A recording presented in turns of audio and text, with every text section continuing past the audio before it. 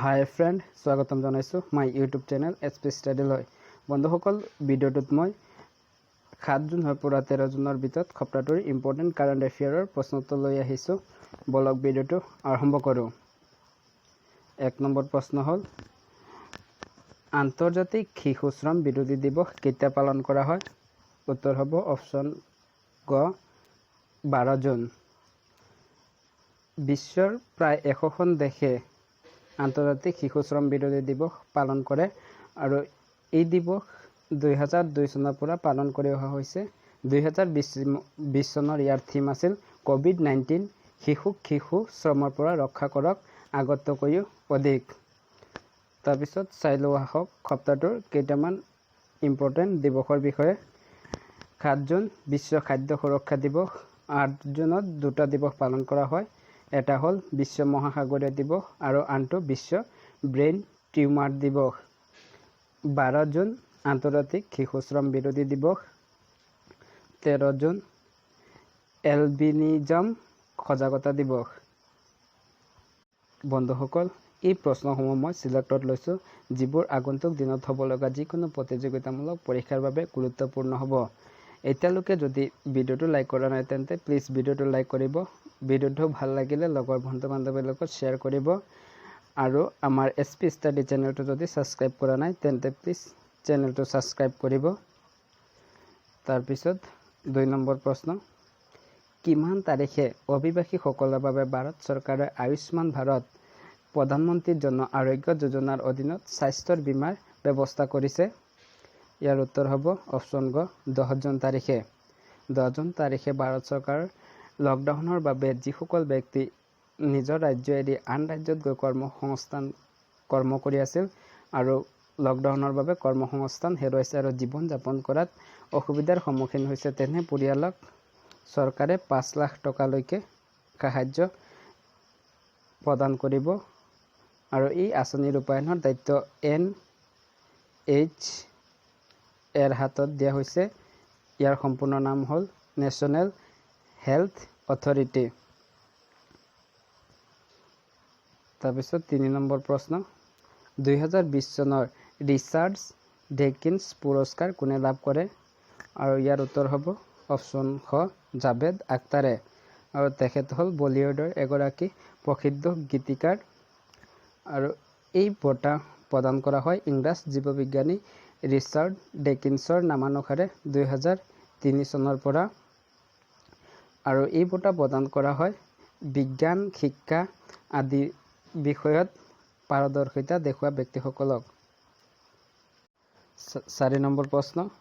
এছিয়াৰ কোনখন দেশ ৰাষ্ট্ৰসংঘৰ নিৰাপত্তা পৰিষদৰ অস্থায়ী সদস্যৰূপে পুনৰ নিৰ্বাচিত হ'ব উত্তৰ হ'ব অপচন ক ইণ্ডিয়া 2021-22 বৰ্ষৰ কাৰ্যকালৰ বাবে এছিয়া পেচিফিকৰ 55খন দেশে ভাৰতবৰ্ষক সমৰ্থন কৰিছে ভাৰতক সেইভাবে নিৰ্বাচিত বুলি কৈছো কাৰণ ভাৰতৰ এতিয়ালৈকে কোনো প্ৰতিদ্বন্দ্বী নাই তাৰপিছত 5 নম্বৰ প্ৰশ্ন তিনিচুকীয়াৰ বাগজানৰ তেলখাদৰ দুৰ্ঘটনাটো কোনটো প্ৰতিষ্ঠানৰ লগত জড়িত উত্তৰ হ'ব অপচন ক অইল ইণ্ডিয়া লিমিটেড বাগজানৰ এই তেল খাদটো 2006 চনত স্থাপন কৰা হৈছিল আৰু ইয়াৰ পৰা প্ৰতিদিনে প্ৰায় 80,000 ঘনমিটাৰ তেল উৎপাদন কৰা হৈছিল আৰু ইয়াৰ উৎপাদন বৃদ্ধি কৰিবলৈ যোৱাত দুৰ্ঘটনাটো সংঘটিত হয় আৰু এই দুৰ্ঘটনাত অইল ইণ্ডিয়া লিমিটেডৰ দুগৰাকী কাৰ্যকৰ্তা দুৰ্লভ গগৈ আৰু তিখেশ্বৰ গোহাঁইৰ মৃত্যু হয় আৰু এই ঘটনা সংঘটিত হোৱাৰ বাবে অইলৰ দুগৰাকী বিষয়া বিদ্যুৎ পৱন দাস আৰু দেৱজিৎ দাসক নিলম্বন কৰা হয় 6 নম্বৰ প্ৰশ্ন 2020 চনৰ কষ্ট অফ লিভিং সাৰ্ভেৰ সমীক্ষা অনুসৰি ভাৰতৰ কোনখন চহৰত বসবাসৰ বাবে বেছি খৰচৰ প্ৰয়োজন হ'ব উত্তৰ হ'ব অপচন ক মুম্বাই এছিয়াৰ ভিতৰত 19 নম্বৰ আৰু বিশ্বৰ ভিতৰত 60 নম্বৰ স্থানত আছে আৰু গোটেই পৃথিৱীৰ ভিতৰত 1 নম্বৰ স্থানত আছে হংকং 7 নম্বৰ প্ৰশ্ন কোভিড-19 মহামাৰীৰ বাবে কোনটো বঁটা বিতৰণ বন্ধ কৰি দিয়া হৈছে ইয়াৰ উত্তৰ হ'ব অপচন ক ৰমেন মেগছেছ এৱাৰ্ড আৰু এই বঁটাক এছিয়াৰ নোবেল বঁটা হিচাপেও জনা যায় আৰু ইয়াৰ স্থাপন হৈছিল 1957 চনত আৰু প্ৰথম বঁটা বিতৰণ কৰা হৈছিল 1958 চনত। 8 নম্বৰ প্ৰশ্ন QS ওল্ড ইউনিভাৰ্চিটিৰ 2021 ৰেংকিঙত বিশ্বৰ 500 বিশ্ববিদ্যালয়ৰ ভিতৰত ভাৰতৰ কিমানখন বিশ্ববিদ্যালয় আছে? উত্তৰ হ'ব অপশ্যন নম্বৰ গ 8খন আৰু সেই 8খন হ'ল IIT বম্বে, ইয়াৰ ওল্ড ৰেংকিং হ'ল 172 আৰু ভাৰতৰ ভিতৰত 1 নম্বৰ স্থানত আছে। তাৰপিছত IIT বেংগলুৰু 185 ওল্ড ৰেংকিং, তাৰপিছত IIT দিল্লী 193, তাৰপিছত IIT মাদ্ৰাজ 275, তাৰপিছত IIT খড়গপুৰ 314, তাৰপিছত IIT কানপুৰ 350, তাৰপিছত IIT ৰুৰকি 383 আৰু শেষত গুৱাহাটী IIT গুৱাহাটী 470 আৰু IIT গুৱাহাটী যোৱাবাৰৰ ৰেংকিং আছিল 491 আৰু বিশ্বৰ ভিতৰত প্ৰথম স্থান লাভ কৰিছে মেছেচুচেটছ ইনষ্টিটিউট অফ টেকনলজি আৰু এইখন আছে USA আমেৰিকাত। 9 নম্বৰ প্ৰশ্ন কোনখন আৰৱীয় দেশে প্ৰথমবাৰৰ বাবে মংগল মিছন প্ৰেৰণ কৰিব? উত্তৰ হ'ব অপশ্যন খ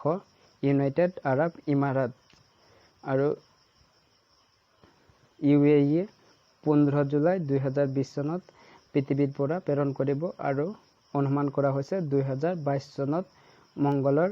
কক্ষপথত সোমাব। UAE কেপিটেল হ'ল আবু ধাবি আৰু ইয়াৰ বৰ্তমান ৰাষ্ট্ৰপতি হ'ল খলিফা বিন জাহাদ আল নাহায়ান। 10 নম্বৰ প্ৰশ্ন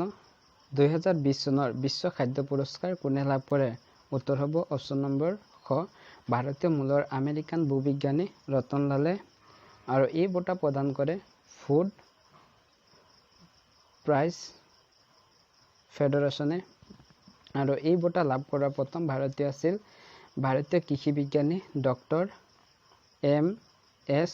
স্বামীয়ে 1987 চনত এই বঁটা প্ৰথমবাৰৰ বাবে লাভ কৰিছিল। 11 নম্বৰ প্ৰশ্ন ক'ত বিশ্বৰ দীৰ্ঘতম ৰেলৱে প্লেটফৰ্ম বনোৱা হৈ আছে? আৰু ইয়াৰ উত্তৰ হ'ব অপশ্যন নম্বৰ ক কৰ্ণাটকৰ হুগলী জংচনত 1400 মিটাৰ দীঘল ৰেলৱে প্লেটফৰ্ম বনোৱা হৈ আছে আৰু ইয়াৰ আগতে ভাৰতৰ গৰখপুৰত 1368 মিটাৰ দীঘল প্লেটফৰ্ম আছিল আৰু যিখন আছিল পৃথিৱীৰ আটাইতকৈ দীঘল প্লেটফৰ্ম। 12 নম্বৰ প্ৰশ্ন ক'ত 2022 চনৰ ওমেন্স এছিয়ান কাপ আয়োজিত হ'ব? উত্তৰ হ'ব অপশ্যন নম্বৰ ঘ ভাৰতবৰ্ষত। প্ৰথমবাৰ 1979 চনত এই প্ৰতিযোগিতা ভাৰতত আয়োজিত হৈছিল আৰু এই প্ৰতিযোগিতা পৰিচালনা কৰে APSCয়ে। 13 নম্বৰ প্ৰশ্ন কেন্দ্ৰীয় চৰকাৰে প্ৰস্তুত কৰা দেশৰ 100খন উচ্চ শিক্ষা প্ৰতিষ্ঠানৰ তালিকাত অসমৰ কেইখন প্ৰতিষ্ঠানে অন্তৰ্ভুক্তি লাভ কৰিছে? ইয়াৰ উত্তৰ হ'ব অপশ্যন নম্বৰ খ 4খন আৰু সেই 4খন হ'ল গোটেই ভাৰতবৰ্ষৰ ভিত্তিত 7 নম্বৰ স্থানত IIT গুৱাহাটী, 65 নম্বৰ স্থানত তেজপুৰ বিশ্ববিদ্যালয়, 72 নম্বৰ স্থানত গুৱাহাটী বিশ্ববিদ্যালয় আৰু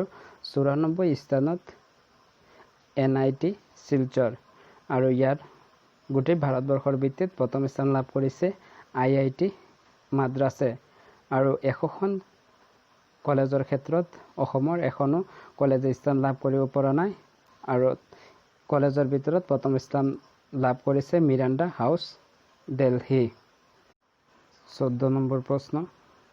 COVID-19 প্ৰবন্ধন সমীক্ষাত ক্ষমা কৰিব ইয়াত কোনখন হ'ব লাগে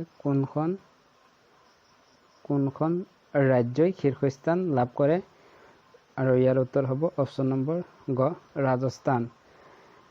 কোনখন ৰাজ্যই কেনেধৰণে কোভিড-19 মহামাৰীৰ বিৰুদ্ধে যুঁজ কৰিছে তাৰ ওপৰত ভিত্তি কৰি এই সমীক্ষা আগবঢ়োৱা হৈছে আৰু তাত প্ৰথম স্থান লাভ কৰিছে ৰাজস্থান আৰু ৰাজস্থানৰ ৰাজধানী হ'ল জয়পুৰ। ইয়াৰ বৰ্তমান মুখ্যমন্ত্ৰী হ'ল অশোক গেহলট আৰু বৰ্তমান ৰাজ্যপাল হ'ল কলৰাজ মিশ্ৰ। 15 নম্বৰ প্ৰশ্ন 2020 চনৰ পৰ্যাবৰণ প্ৰদৰ্শন সমীক্ষাত কোনখন দেশে প্ৰথম স্থান লাভ কৰিছে? গোটেই পৃথিৱীৰ 180 দেশৰ ভিতৰত ডেনমাৰ্কে প্ৰথম স্থান লাভ কৰিছে, লাক্সেমবাৰ্গ ছেকেণ্ড স্থানত আৰু ছুইজাৰলেণ্ড থাৰ্ড নম্বৰ স্থানত আছিল আৰু আমাৰ ভাৰতবৰ্ষ 168 নম্বৰ স্থানত আছিল। আৰু এই ইণ্ডেক্স প্ৰতি 2 বছৰৰ মূৰে মূৰে আগবঢ়োৱা হয়। 16 নম্বৰ প্ৰশ্ন মহাকাশ বিজ্ঞানীসকলে অলপতে পৃথিৱী সদৃশ এটা গ্ৰহৰ সন্ধান লাভ কৰিছে আৰু এই গ্ৰহটোৰ নাম কি? উত্তৰ হ'ব অপশ্যন নম্বৰ খ KOI 456.04। মহাকাশ বিজ্ঞানীসকলে পৃথিৱীৰ পৰা প্ৰায় 3000 আলোকবৰ্ষ দূৰত কেপলাৰ 160 নামৰ নক্ষত্ৰৰ চাৰিওফালে ঘূৰি থকা এই গ্ৰহটোৰ সন্ধান লাভ কৰিছে আৰু গ্ৰহটো পৃথিৱীৰ নিচিনাই 378 দিনত এটা বছৰ সম্পূৰ্ণ কৰে আৰু প্ৰায় 90% পোহৰ নক্ষত্ৰৰ পৰা লাভ কৰে। এইকেইটা আছিল আমাৰ সপ্তাহটোৰ আলোচনা কৰিবলগীয়া কাৰেণ্ট এফেয়াৰৰ প্ৰশ্ন উত্তৰ। ভিডিঅ'টো চাই কেনেকুৱা লাগিল প্লিজ কমেণ্ট কৰি জনাব। ভাল পালে লাইক কৰিব, শ্বেয়াৰ কৰিব। যিকোনো ধৰণৰ জব আপডেট কাৰেণ্ট এফেয়াৰৰ GK প্ৰশ্ন উত্তৰ পাবলৈ আমাৰ চেনেলটো ছাবস্ক্ৰাইব কৰিব। থেংকছ ফৰ ৱাচিং।